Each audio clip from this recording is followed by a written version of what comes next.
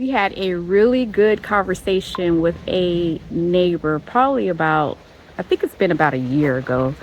And it was said to us, well, Dad was walking around, he wasn't paying attention, but it was just me and the lady talking, the woman talking. And she was like, you can build your house if you want to. And I was like, first of all, I don't ask for permission to do anything, okay? And secondly, I was like, nah, we gotta wait until everybody just calm down. Because when that's being said to me as a Black American growing up in this country and knowing my history, when that's like said, it automatically makes you think of arson. Like, if I build my house, they gonna burn my shit down. So I was like, let's just wait until everybody stop focusing on us and stop being so fixated with the Black people, new Black people in town, and then we'll work to start doing some major construction on the property. But not until then, because you already saw what happened.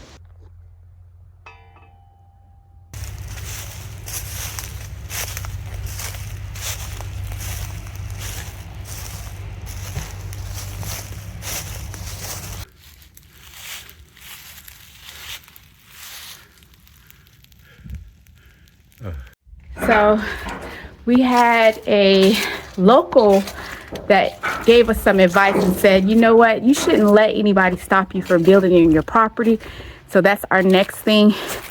He basically said, you know, go ahead and make sure you have some really good insurance so that if any other crazy stuff happens, you know, the insurance company, they don't play, and they'll go ahead and pursue the people that are doing it. So that's where we're at. But in the meantime, we're going to go ahead and start working on maintaining our Firebreak.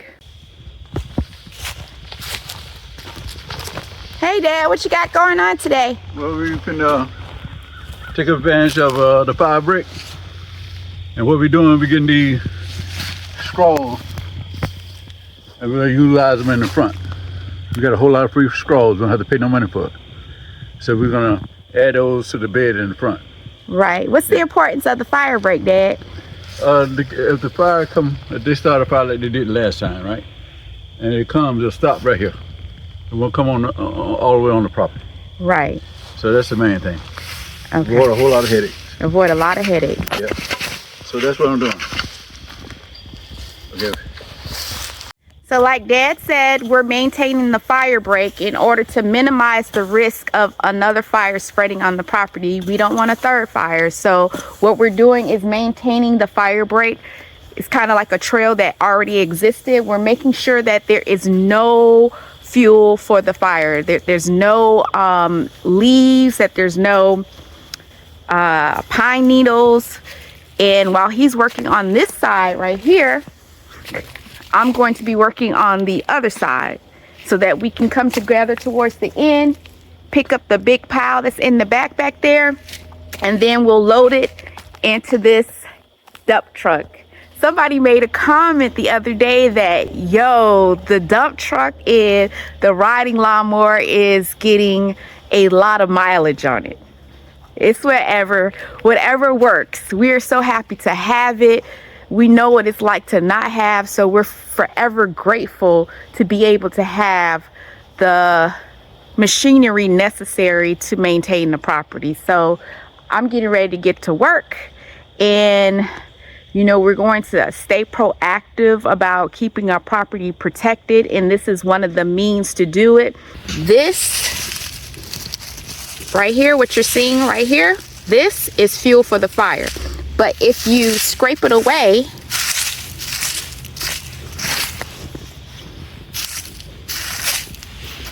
you'll have dirt and the fire will not be able to cross. We're going to see how that works for us prior to trying to add some limestone. Limestone is probably the cheapest route to go as far as adding something on top of the ground in order to keep the fire from spreading. If it starts on somebody else's property in the back, it won't come over here, and then we'll still be able to, if we have it crunched up really well and make a little road, it'll stay moist back here underneath the limestone. Plus we'll still be able to ride bikes back here, walk back here, do our riding lawnmower back here if we add the limestone. Dad kind of wants to keep it, you know, natural and bare. So we'll do this part and see how it works for us first. And then if we come back and see that we need some crushed limestone back here, then that's what we'll do in order to maintain the Firebreak. We'll see how it goes. So that's what we're going through. If you want to see what the property now looks like, since the last fire that happened back in February, let me show you real quick. See the trees?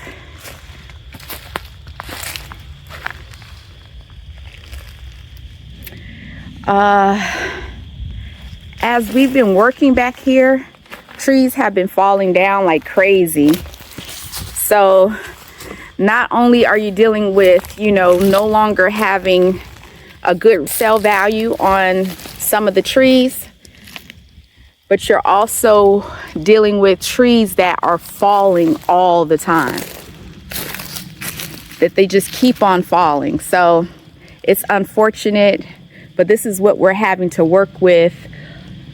A lot of the trees are dying and just keep falling down and keep falling down. But what can we do other than try to keep the property maintained and make sure that there's not a lot of down trees, because once they're down, that's also a good way to keep fire going once it spreads on your property. So we're always back here with a chainsaw, and now we're back here with some rakes. I tried to get Dad to use a blower, but he wants us to do it manually with rakes, which is fine. So I'm gonna go ahead and do my part. I see he's already worked his part in the back over here. That's Dad. I'm getting ready to do my part, and then I'll show you the after effects of what it looks like to have a nice clean walk trail and a nice clean fire break, so that you could just kind of see what we're doing in order to further protect our property.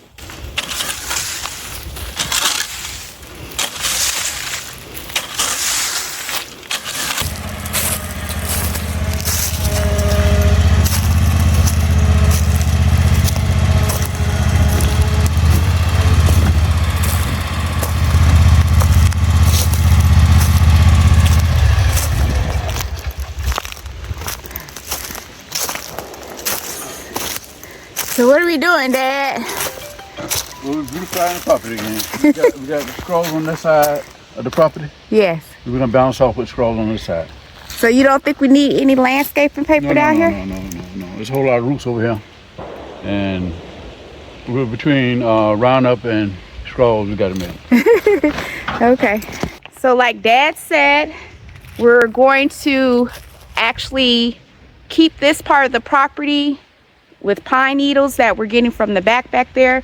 The whole idea is to live a minimalist lifestyle. The less labor we have to put into this, the better off things will be. So we're going to keep this area full of pine straws that we have on our own property. There's no use in burning it or getting rid of it. It's better just to recycle.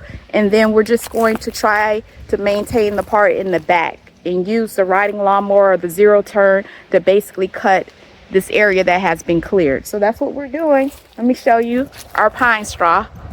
It's pretty much clean. It's not that bad. It's pretty much clean. And this is what we're going to be using. So we're excited.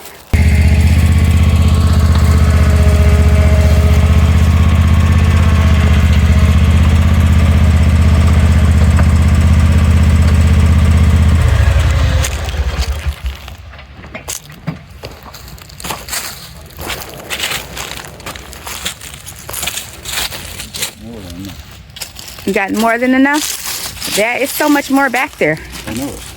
Okay. What we're gonna do, we'll cover this tree around that tree right there, right? Mm-hmm. This tree, around that tree, and down there in that slope. Okay then. Let me tell you, this dump cart has got a lot of use. Thank God for it. Yep. Save a whole lot of money. Yep, that $350 is worth it, Dad.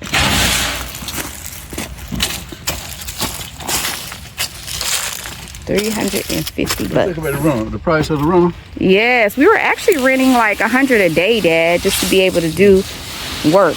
Going to U-Haul. So it's kind of awesome that we don't have to do the U-Haul. If you saw in our earlier videos and you've been with us for a long time, you know that we was renting U-Haul trucks and using U-Haul to clean up and do tasks around the property, especially when we had, you know, all those down trees from when I kind of got ripped off during the land clearing process early when we purchased the property. So thank God we're moving forward. These little things like this, I know everybody's like, oh, I should have got a big wheel or a tractor, but this right here so far is working wonders for us, and I'm very excited about having it, and it makes our life so much more easier. Yeah, So we get ready. The main thing, one of the main things with this size of acreage, you want to keep it low maintenance. So that's what I'm designing. I'm designing the property to be low maintenance. Yeah. So that's what we're doing. All right. Let me go back in the back. And I'm about to get back in the cart, y'all.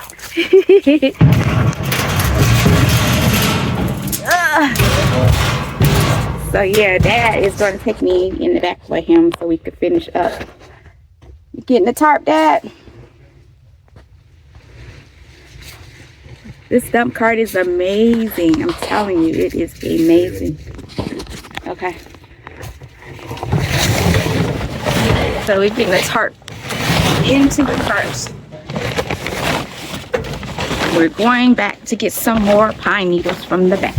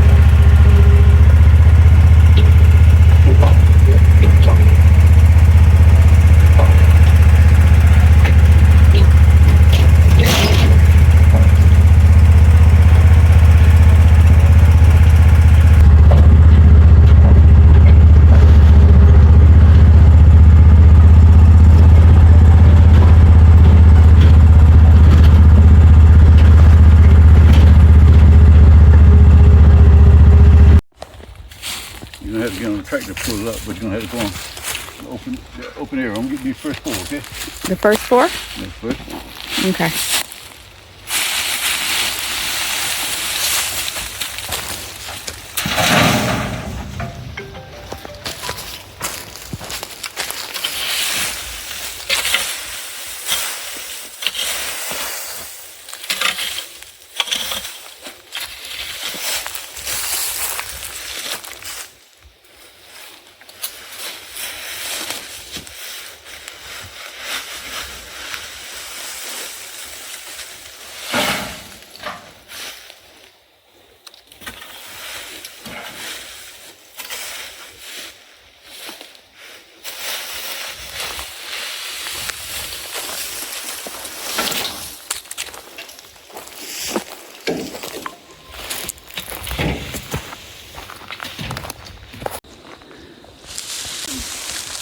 So the path is looking much better, and I think this is going to be it.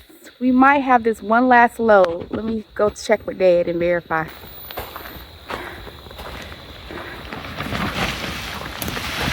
Dad, you think this is going to be enough? Hopefully. Hopefully, we might have to do one more. Right.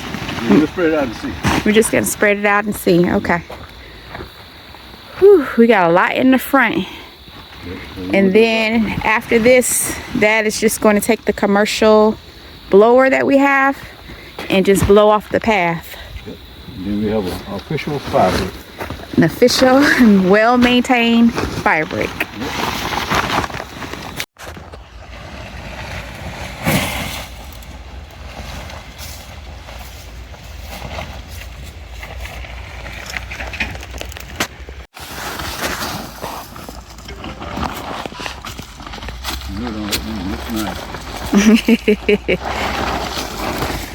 You heard that? Dad said when you know that they don't like to see nothing nice, you give it to them. So we're about to brown this whole area to be a little bit more aesthetically pleasing. So Dad is raking. Let me get my rake out and help out.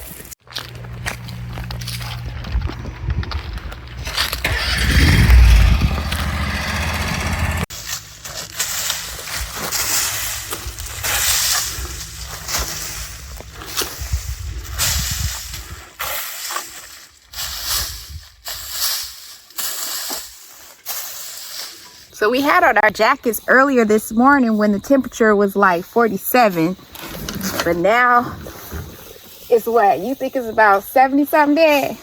Yeah, I'm at 74. Around 74. So that's how it goes in the fall, going into the winter. It'll start being really, really cold these next couple of days. So I'm glad we're getting this out the way before everything just dries up. And need me to pull up? Okay. Dad needs me to move the lawnmower. I think we're going to need another load after this one, but we just got to determine where we're going to get all the pine needles, especially ones that's clean, that don't have like the extra leaves in it. So that's what we're working towards right now. Probably need one more to finish that area in the front. So now that we did the raking back here, we raked over, let me see, about 1,000 feet. And unfortunately, our fire break is only 10 feet wide. And we're going to work overtime to get the fire break about 30 feet. So that's what we have going on. We did our transplanting, moving a lot of the pine needles towards the front. And now we're going to blow off the trail, aka also known as the fire break. And then we're done for the day. And I'll show you what it looks like to have a clean 10-foot fire break. We'll work to widen it later on. It's like 10 feet in some areas, and then it's 15 feet in other areas. So Dad has gotten his commercial blower out. So here we go.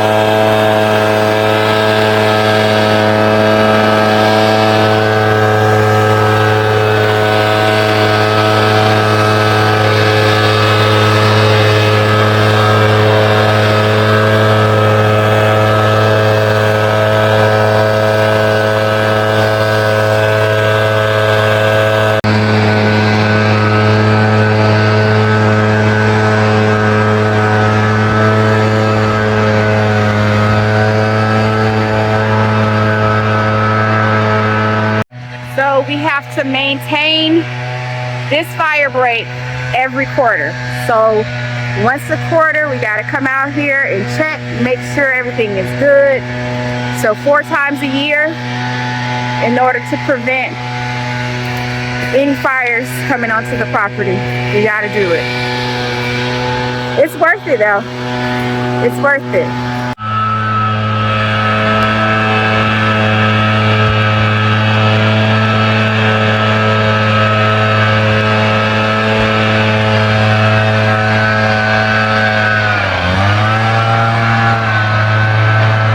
So Dad and I are going to finish up. This is what we call maintaining the fire break. And you know, so we don't have the same situations over and over again like we explained. We don't want any more fire damaged trees. So this is what we're doing to keep our property protected. And like I said, so far the width of the fire break is about 10 to 15 feet depending on the location, and we're going to widen it as we go along. We're still trying to determine whether or not, like I said, we're going to put the limestone in. We want to have traffic back here, and sometimes when you add stones it makes it a little bit more difficult to like ride bikes, walk, to put the zero turn on the trail. So we don't know yet. We're just still investigating that part. But this is looking really, really nice.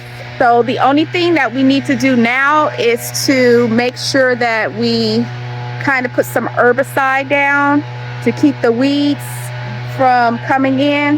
But other than that, because it's very shady back here, it's not like a lot of light, we don't have to worry about that many weeds, luckily. But if we do see like occasionally some vines pop up, especially the ones that have the thorns, we're gonna come back here and handle that right away and just keep everything nice and clear. So that's really it. We just wanted to show you that we are moving forward. We're still pressing forward. We have received all your energy and your prayers, and we're still keeping it going. We're still keeping our defense up. No more fires. We pray against that. And that's really it. So remember to like, comment, share, and subscribe. And thank you so much for watching.